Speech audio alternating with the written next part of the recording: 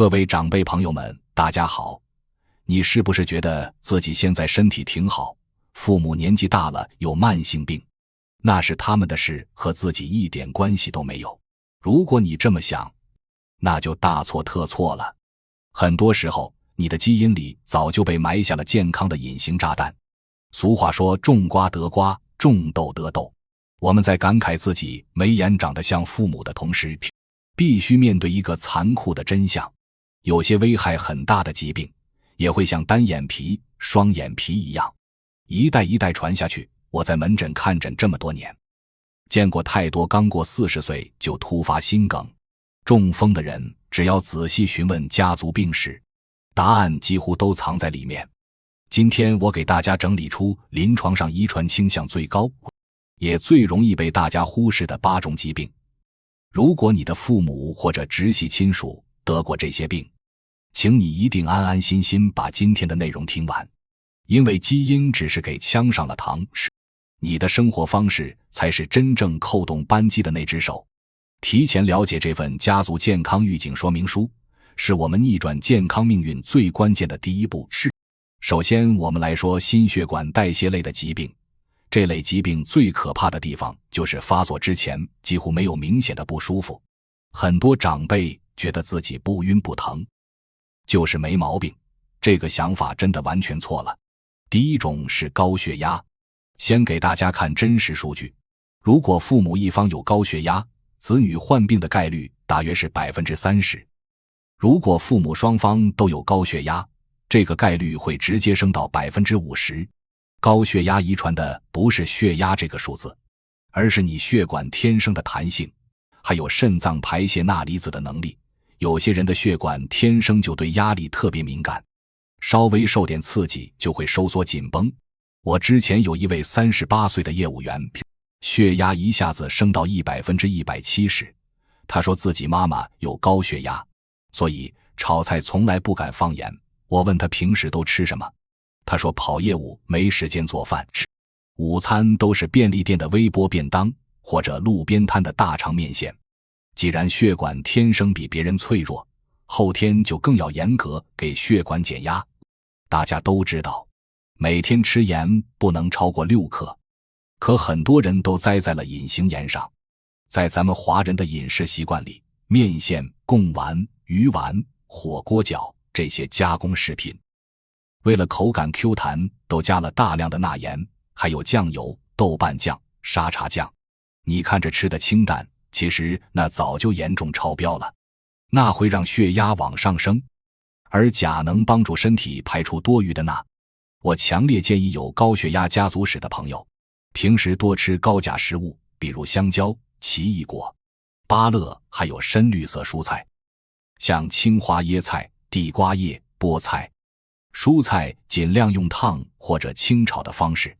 30岁之后，最好家里备一个血压计，养成经常测量的习惯，不要等到头晕难受了才去量血压。第二种是糖尿病。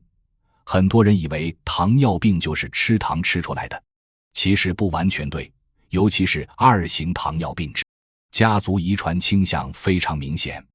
如果父母一方有糖尿病，你患病的风险会比普通人高3到4倍。这里面有2个关键原因，一个是基因带来的胰岛素抵抗，你的细胞天生对胰岛素不够敏感。另一个更重要的是一家人常年一样的致病饮食习惯。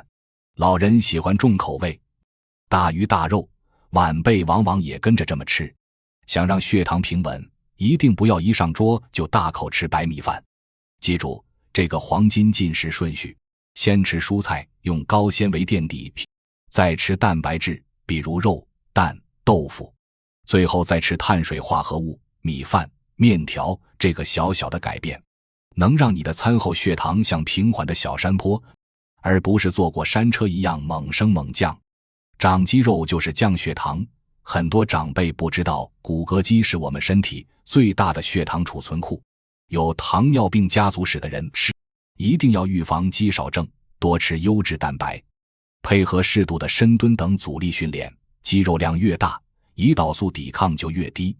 还有不少长辈觉得喝果汁很健康，每天榨好几颗橙子，把最宝贵的膳食纤维过滤掉，剩下的就是纯果糖水，给胰腺带来极大负担。想吃水果就直接吃整颗的芭乐、苹果或者番茄。另外，体检的时候不要只看空腹血糖，很多人空腹血糖正常，餐后2小时血糖早就超标了。有家族史的人一定要让医生加验这2项指标。第3种是冠心病，心脏病同样会遗传。如果你的父母在年纪比较轻的时候就确诊冠心病，甚至做了心脏支架手术，那你发生心肌梗塞的风险会大幅升高。遗传的不是心脏病本身，而是你的血管壁更容易沉积胆固醇，更容易发炎的体质。就像家里的水管，有的人用50年依旧光滑，有的人30年就长满水垢和斑块。抽烟是血管内皮细胞的头号杀手，血管内皮一旦破损，血液里的脂肪就会附着进去，形成斑块。如果你有冠心病家族史还抽烟，就等于往火药桶里扔火柴。体检报告上其他指标稍微高一点还可以观察，但有家族史的话，坏胆固醇必须严格控制在标准线以下，一般建议低于100毫克吃到药，甚至更低。一定要避开反式脂肪，比如便利店的起酥面包、薯片、奶精，这些都是血管的毒药。平时要补充优质 Omega-3 脂肪酸来对抗炎症。血管斑块破裂大多是因为血管在发炎，日常多吃深海鱼，比如鲑鱼、秋刀鱼、清蘸鱼，或者补充高品质鱼油，能帮助降低甘油三酯，稳定血管斑块。接下来我们讲和体质、免疫系统密切相关的遗传疾病。这类病不一定立刻致命，但不管不顾，会严重影响你后半辈子的生活质量。第4种是气喘，也就是哮喘。气喘是多基因遗传病，研究显示，如果父母双方都有气喘，子女患病的概率超过 60%。 气喘的本质是呼吸道天生高敏感，容易发炎，遇到一点刺激，气管就会剧烈收缩，让人喘不上气。很多患者会说，医生，我家里不养猫狗，怎么还会发作？其实在亚热带气候里，最大的诱因不是宠物毛发，而是看不见的温差和霉菌。有气喘问题的人，重点是做好环境控制，切断诱发因素，严格防控尘螨和霉菌。咱们这里气候潮湿，是尘螨最适合生长的环境。家里一定要准备除湿机，把相对湿度稳定控制在 50% 到 60% 之间。床单被套每2周必须用55摄氏度以上的热水清洗一次，只有这个温度才能真正杀死尘螨。另外要格外注意温差，夏天从炎热的室外突然进空调房，秋冬季节冷空气来临，这种剧烈的温度变化最容易诱发气喘。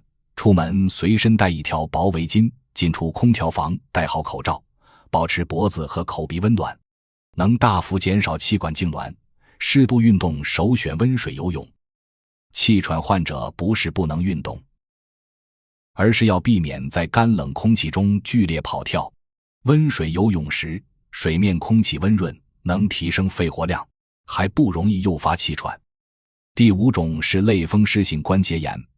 一说到关节痛，很多长辈觉得就是年纪大了，骨头退化了。其实不是，类风湿性关节炎完全不同。它是自身免疫性疾病，遗传因素占比非常大。简单说，就是你身体里的免疫细胞叛变了，不攻击外界的细菌病毒，反而攻击自己的关节滑膜，导致关节发炎、肿胀、疼痛，甚至永久变形。如果你早上起床，手指、手腕这些小关节僵硬、红肿、疼，而且僵硬感持续超过30分钟，甚至1个小时，活动后才慢慢缓解，千万别当成扭伤或者劳损，要尽快去风湿免疫科就诊。很多长辈疼得受不了，就买来路不明的草药或者偏方药丸，里面大多含有超量的类固醇。类风湿性关节炎发病前2年是阻止关节变形的黄金时间，必须有专业医生用靶向药或者免疫调节剂治疗，绝对不能硬扛。饮食上要少吃红肉，多吃初榨橄榄油、牛油果、坚果。这些富含抗氧化物质的食物能帮助平息免疫系统的异常炎症。第6种是骨质疏松，你可能不知道你的骨头硬不硬，很大程度上是妈妈决定的。研究发现，骨密度受遗传影响极大，如果母亲有严重的骨质疏松，甚至发生过骨折，女儿未来患病的风险会成倍增加。人体骨质在30到35岁达到峰值，之后就会慢慢流失，遗传决定了你骨量的上限。一旦骨头变得像海绵一样脆弱，轻轻摔一跤，就可能导致卧床不起。既然先天储备有限，后天就要拼命开源节流。很多人拼命吃钙片，骨密度还是上不去，其实是被磷坑了。香肠、火腿、泡面、碳酸饮料，这些加工食品含有大量无机磷，摄入过多磷，身体为了保持平衡，会把骨头里的钙抽出来进入血液。吃加工食品等于在一点点掏空你的骨本。不要只知道喝牛奶，很多长辈有乳糖不耐受，可以多吃无糖酸奶。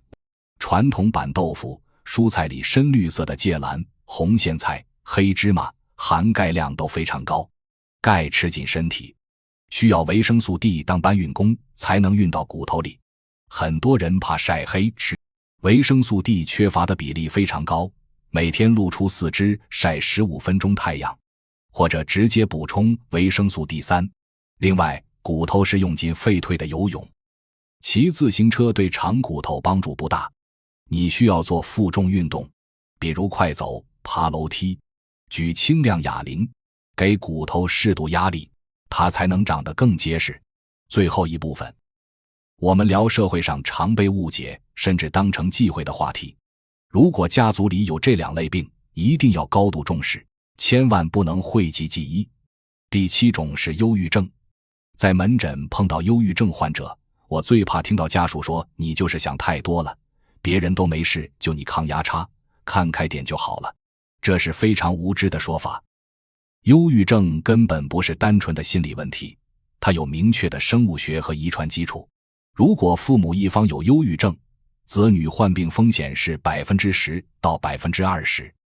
如果父母双方都有，风险会直接升到 40%。 这是因为大脑里调节情绪的神经递质，比如血清素、多巴胺分泌机制天生异常。忧郁症就像大脑得了重感冒，是实实在在的生理疾病，不是性格缺陷。不要觉得看精神科、身心科是丢人的事，感冒要吃药，大脑生病同样需要专业医疗干预。年轻人忧郁可能会哭，而很多中老年长辈的忧郁表现为浑身疼却查不出问题，严重失眠，对以前喜欢的事完全没兴趣，比如以前爱带孙子，现在连孙子都不想抱。一旦这些情况持续超过2周，一定要立刻就医。平时多吃富含膳食纤维的全谷物和蔬菜，养好肠道益生菌，能有效帮助稳定情绪。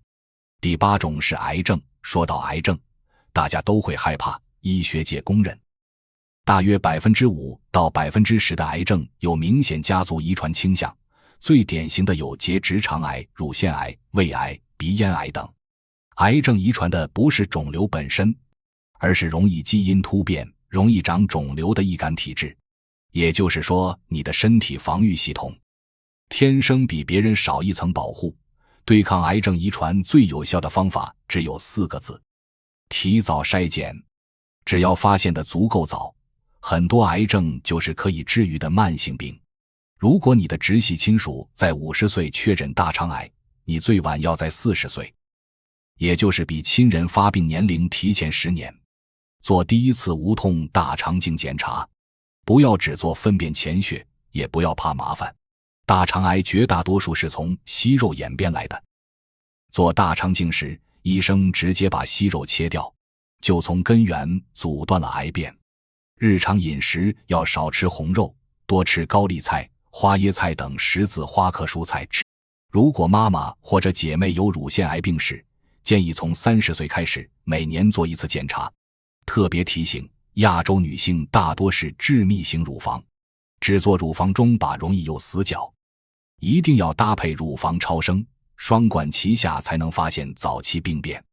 说到胃癌的家族聚集性，除了基因，更常见的是一家人共餐，互相传染幽门螺杆菌，这种细菌是导致胃癌的头号元凶。有胃癌家族史的人一定要去大医院做碳13呼气试验，如果查出幽门螺杆菌，吃2周抗生素彻底根除，就能大幅降低胃癌风险。今天给大家讲完了这8种遗传倾向很高的疾病，听完之后，大家的心情是觉得有压力，还是松了一口气？我想告诉大家，遗传是我们生来就无法改变的底牌。